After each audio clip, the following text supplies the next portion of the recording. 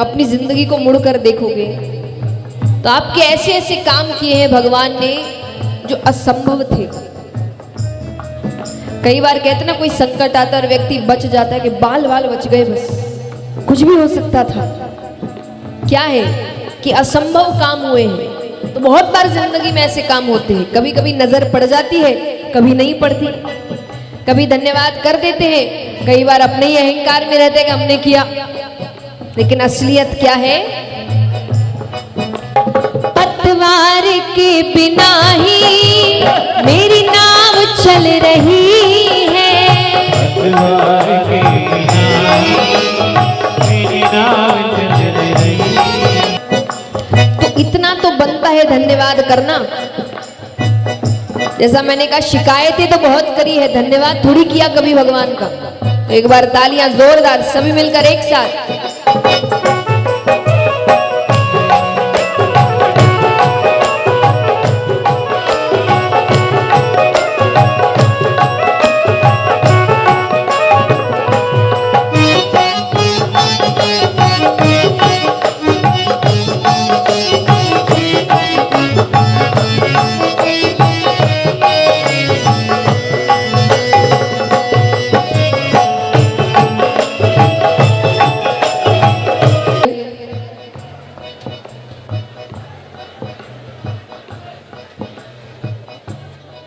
मैं पुरुष वर्ग के लिए हमेशा कहती हूं कि जब कथाएं इत्यादि, कैसा लगेगा?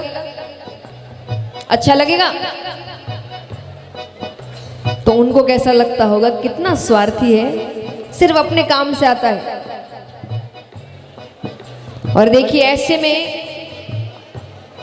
प्रेरणा स्वरूप हमारे बीच कौन होते हैं? जो हमारे संत इत्यादि बैठे हैं, यहाँ पर संत जन बैठे हैं जो पूरा जीवन भगवान को देते हैं। हम एक दिन नहीं दे पा रहे, इन्होंने पूरा जीवन भगवान को दिया है। एक बार जोरदार तालियां सभी संत जनों के लिए। तो हमसे एक दिन नहीं दिया जा रहा भगवान को ठीक से, उसमें भी हम कर रहे ये नहीं हो जाए, वो काम नहीं रुक जाए। तो याद रखिएगा मेरी सबसे पसंदीदा चौपाई है ये, और किसी कारण से है, सिर्फ इसलिए नहीं कि इसमें बात सुंदर लिखी गई, ये अपने अनुभव से बता रही हूं। क्योंकि मुझे ये कार्य करते हुए अभी तक कुल 21 साल हो गए हैं। उस 21 साल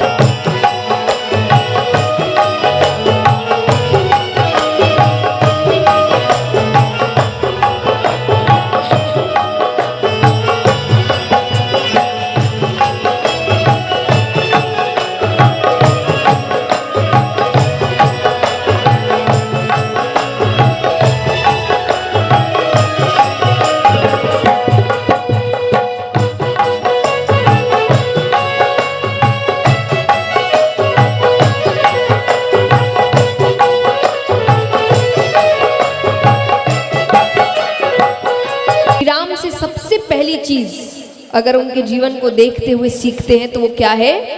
सकारात्मकता। और ये बात याद रखिएगा, सकारात्मकता का मतलब ये कतई नहीं होता कि आप अपनी भावनाओं को दबा दें। सकारात्मकता का मतलब ये नहीं होता कि भावनाओं को, कि रोना आ रहा है तो रोए ना, क्रोध आ रहा है तो क्रोध करे ना, खुशी हो रही है तो खुशी दिखाए ना। ये सकारात्मकता नहीं है। मशीन थोड़ी है हम, हमारी ताकत है हमारी भावनाएं। लेकिन बस इतना याद रखना है कि भगवान कहते हैं कि मैंने मनुष्य को एक मालिक के रूप में बनाया है। संसार का मालिक बाद में बने, पहले अपने इंद्रियों का मालिक बने। लेकिन भगवान कहते हैं कि ये संसार की बात छोड़ो, ये तो अपनी इंद्रियों पर भी काबू नहीं कर पा रहा। कैसा नहीं है कि भावनाओं को महसूस नहीं करना है, करना है, पर तब करना है जब खुद की इच्छा हो, किसी और के कारण नहीं। हमने अपनी जिंदगी का रिमोट कंट्रोल दूसरों के हाथ में देकर रखा है, देकर रखा है कि नहीं? बताइए। आज मान लीजिए कोई व्यक्ति बहुत अच्छे से तैयार हो रहा है,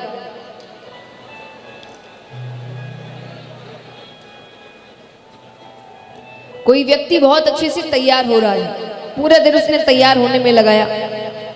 अब वो घर से बाहर निकले, कोई तारीफ कर दे तो वो खुश हो जाता है, होता है कि नहीं?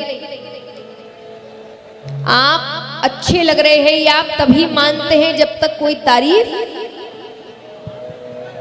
तारीफ करेगा तभी व्यक्ति मानेगा कि हम अच्छे, यानी खुद पर भरोसा नहीं है। और वही मान लीजिए खुद पर भरोसा है, बहुत अच्छे लग रहे हैं, कांच के सामने खुद को बड़ा निहारा है, लेकिन घर से बाहर निकले किसी ने कह दिया अरे बिल्कुल अच्छे नहीं लग रहे, सारी खुशी खत्म। तो अपनी जिंदगी का रिमोट कंट्रोल दूसरे के हाथ में देकर रखा है कि नहीं? कई बार क्रोध आने पर लोग कहते हैं कि देखिए ऐसे तो हम बड़े शांत हैं, ऐसे तो व्यक्ति अच्छे ही हैं, बस क्रोध आए तो थोड़े राक्षस बन जाते हैं। मतलब राक्षस है, राक्षस बाहर कब आएगा? जब अंदर बैठा होगा। जब बैठा ही नहीं होगा तो बाहर क्यों आएगा? तो यानी और उसका क्रोध का इल्जाम भी वो दूसरे पर ही लगाएंगे। तो यानी आपको सुखी करने के लिए, आपको दुखी करने के लिए, आपको क्रोधित करने के लिए आपको हमेशा जरूरत किसी और की है कि नहीं? इसको कहते हैं इंद्रियों का सेवक होना। तो महसूस करना है, पर जब खुद का मन हो, खुश हो तो खुद से हो, कोई और तारीफ कर रहा है इसीलिए नहीं। दुखी हो तो अपने मन से दुखी है, किसी और ने कुछ कह दिया उसकी वजह से नहीं। वरना एक बात बताइए, अगर कोई और आकर आपके दिमाग के साथ छेड़छाड़ करके चला जाए तो भगवान ने आपको जो इतना शक्तिशाली बनाया मानसिक तौर से, उसको तो आपने खराब कर दिया कि नहीं? आज जब मैंने कहा ना, कोरोना से बड़ी सीखें मिली है हमें। जब कोविड आया, वैक्सीन भी निकल गए, लेकिन आज भी डॉक्टर सबसे पहली चीज इसी बात पर अड़े हैं कि अगर आपकी इम्यूनिटी अच्छी है आप बचे रहे। अब इम्यूनिटी का मतलब क्या होता है बताओ? आंतरिक शक्ति, अंदर से मजबूत हो, बाहर से नहीं। बाहर से कई बार आपको लोग बड़े मजबूत, अंदर से कुछ। तो अंदर से अगर आप मजबूत हैं तो बाहर कितने भी वायरस आ जाए आपका कुछ बिगाड़ नहीं पाएंगे। तो ये मानसिक तौर से भी होता है कि आपको यहां से इतना शक्तिशाली होना है कि बाहर कुछ भी हो रहा है वो यहां तक नहीं आएगा। इसी को हम कहते हैं वैराग्य। वैराग्य का अर्थ केवल ये नहीं होता कि आप संसार छोड़ दें, वरना सबसे सुंदर आध्यात्मिक ज्ञान मेरी नजर में है श्रीमद् भगवत गीता। कौन दे रहा है? जिसने संसार नहीं छोड़ा। किसको दिया जा रहा है? जो राजा बनने वाला है। राजा से ज्यादा ऐश्वर्य किसके पास होता है भाई? होता है किसी और के पास राजा से ज्यादा ऐश्वर्य? नहीं। लेकिन उसको ये बताया जा रहा है कि आध्यात्मिकता क्या होती है, वैराग्य क्या होता है। तो वैराग्य का मतलब सब कुछ छोड़ना नहीं होता। वैराग्य का असली अर्थ हुआ कि सबके बीच हो, लेकिन वो चीजें आप पर हावी नहीं है। कितनी सुंदर बात श्री कृष्ण के लिए कही गई है कि आज उनके पास द्वारका जैसा ऐश्वर्य था। अब ये तो वैराग्य नहीं हुआ, ये तो वैराग्य, जबकि उनको बहुत बड़ा वैरागी माना गया है, योगी राज कृष्ण कहा जाता है। लेकिन कई बार लोग कहते हैं कि द्वारका सा ऐश्वर्य होने के बाद कैसे वो योगी हुए? बोले क्योंकि द्वारका सा ऐश्वर्य है लेकिन पलक झपकते ही उसको नष्ट भी कर दिया। ये है वैराग्य कि आप बंधे नहीं हैं।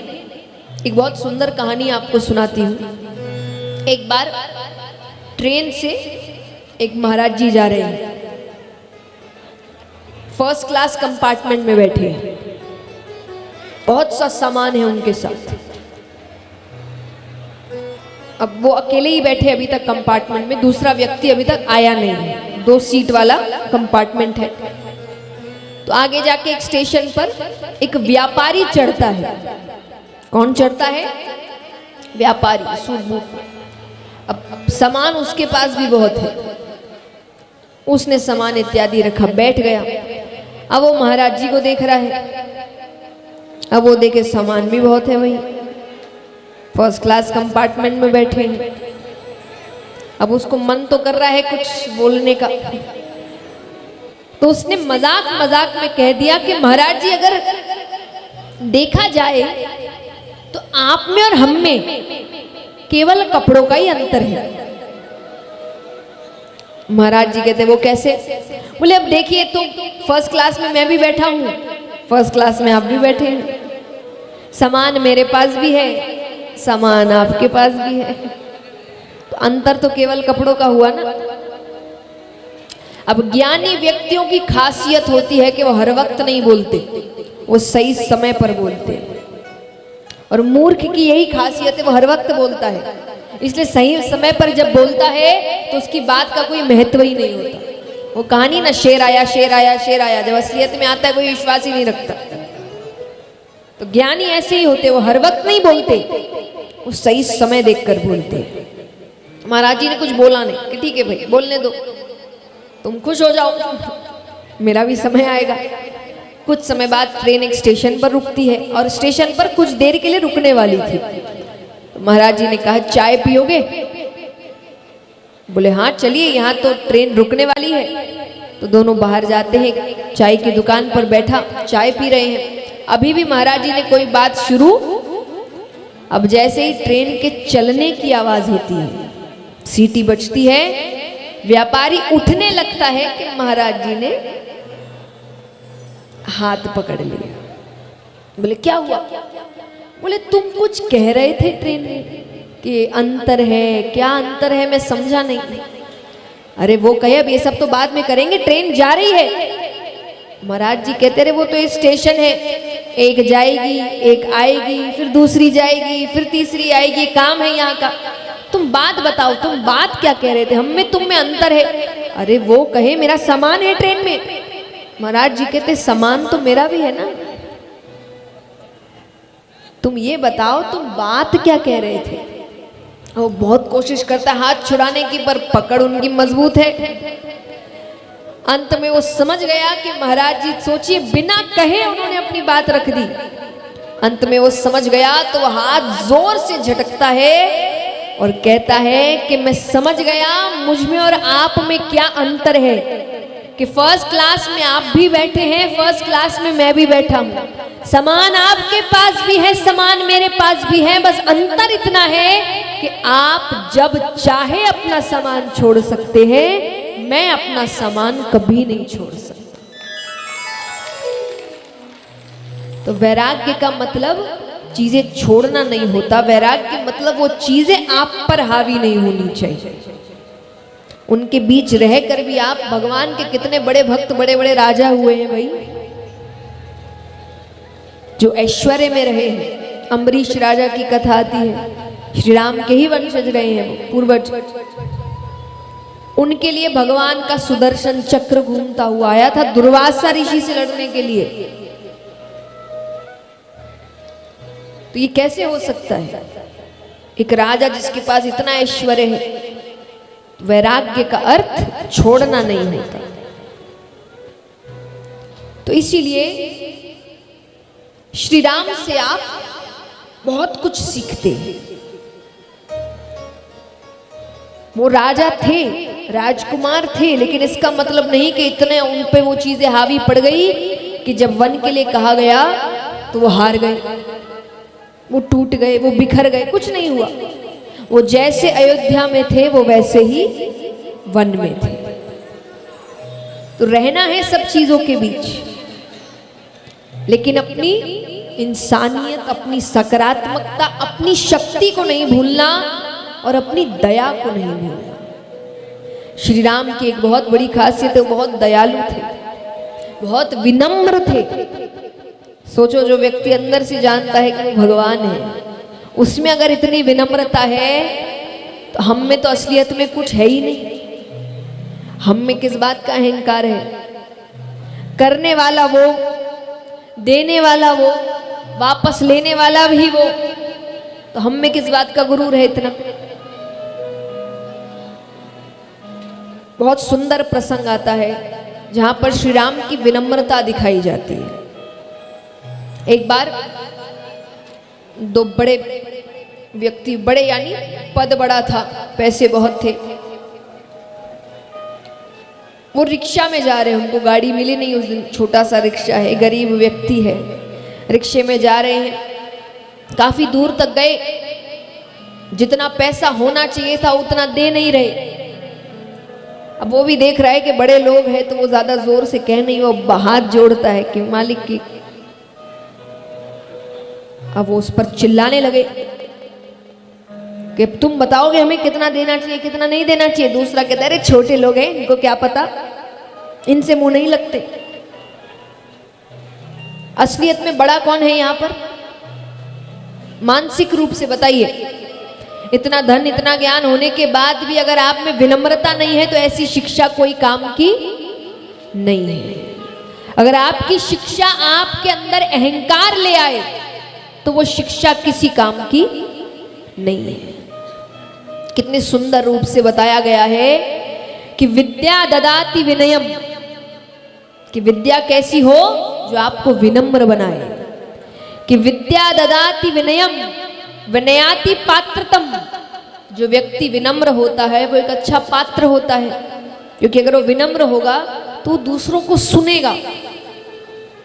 और आज सबसे बड़ी आदत है कि हम किसी को सुनते ही नहीं हैं। मैं कथा में हमेशा एक बात कहती हूँ कि आजकल सिर्फ कथाएं रह गई है जिसमें व्यक्ति सुनता है, बाकी तो बोलता ही बोलता है। तो सिर्फ कथा ही बच गई है जहां व्यक्ति बैठकर थोड़ा सुन लेते हैं। वरना दुनिया ऐसी, आप किसी को एक बात बताओ वो चार और बताएंगे, वो एक पर ध्यान नहीं देंगे, अपने चार बताने में ज्यादा ध्यान देंगे। तो जो विनम्र होगा वो एक अच्छा पात्र होगा, क्योंकि वो सुनेगा, सुनेगा तो सीखेगा। पात्रादि धनम, जो अच्छे पात्र होते हैं धन अपने आप उनके पास आता है, ये पक्की बात है। धनादि धर्मम, लेकिन धन से काम धर्म के होने चाहिए।